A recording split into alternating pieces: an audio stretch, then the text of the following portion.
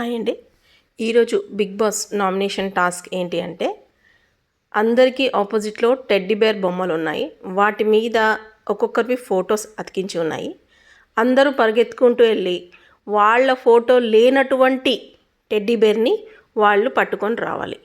లాస్ట్గా ఎవరైతే వస్తారో లాస్ట్ ఇద్దరు వాళ్ళ టెడ్డీ బేర్ మీద ఉన్నటువంటి 2 ఫొటోస్లో ఎవరైతే ఉంటారో they will be nominated and వాళ్ళిద్దరి తరఫున వాళ్ళు డిస్కషన్స్ చేసుకోవాలి. ఇది నామినేషన్ టాస్క్.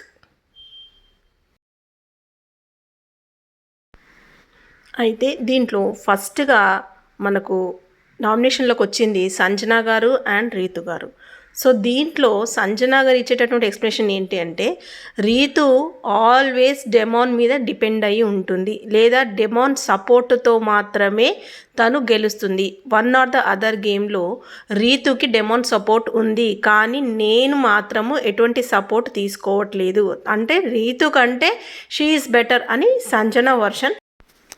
సో దానికి రీతు గారు ఏం ఆన్సర్ ఇచ్చారు అంటే, మీకు ఎలా బాండ్స్ ఉన్నాయో ఈ బిగ్ బాస్ హౌస్లో విత్ ఇమాన్యుయల్, అలాగే నాకు కూడా డెమాన్ తోటి బాండ్స్ ఉన్నాయి. అది ఒక హెల్దీ బాండ్ మాత్రమే, అది ఒక ఫ్రెండ్లీ బాండ్ మాత్రమే అన్నట్టుగా తను చెప్పుకుంటూ వచ్చారు. That is Ritu's explanation. ఇది మీకు రాంగ్గా అనిపిస్తే నేనేం చేయలేను అని రీతు గారు ఎక్స్ప్లెనేషన్ ఇచ్చారు. సెకండ్ నామినేషన్స్ ఎవరు వచ్చాయంటే తనుజ గారు అండ్ సుమన్ శెట్టి గారు అనమాట.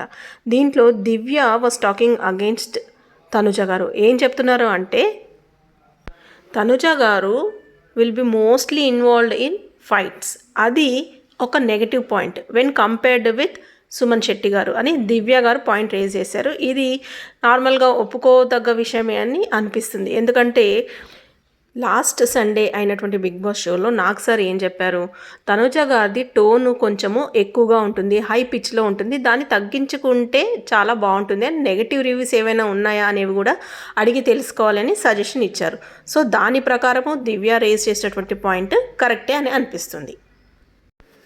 తనుజ గారు ఇచ్చినటువంటి ఎక్స్ప్రెషన్ ఏంటి అంటే, నేను ఫేక్గా లేను, మాస్క్ కూడా లేదు అండ్ సేఫ్ గేమ్ ఆడట్లేదు, ఎక్కడ ఎలా మాట్లాడాలో, ఎక్కడ ఎవరి గురించి ఎలా మాట్లాడాలో అనేది నేను కరెక్ట్గానే మాట్లాడుతున్నాను అని తను చెప్తున్నారు.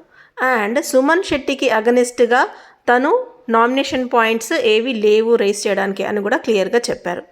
దీనికి సుమన్ శెట్టి గారు ఏం చెప్తున్నారు అంటే అగనిస్ట్ తనుజ గురించి నామినేషన్ పాయింట్స్ చెప్పాలియా లేదా అనేది ఆలోచన పక్కన పెడితే, తను ఇచ్చినటువంటి పాయింట్ ఏంటి అంటే, సుమన్ శెట్టి గారు లేట్గా రావడం వలన, అంటే ఫాస్ట్గా రాలేకపోవడం వలన తనుజ గారు నామినేషన్లకి వెళ్ళొద్దు, ఈ లేట్గా రావడం అనేది నా ఫాల్ట్ కాబట్టి నేనే సెల్ఫ్ నామినేషన్ చేసుకుంటున్నాను అని తను క్లియర్గా చెప్పేశారు.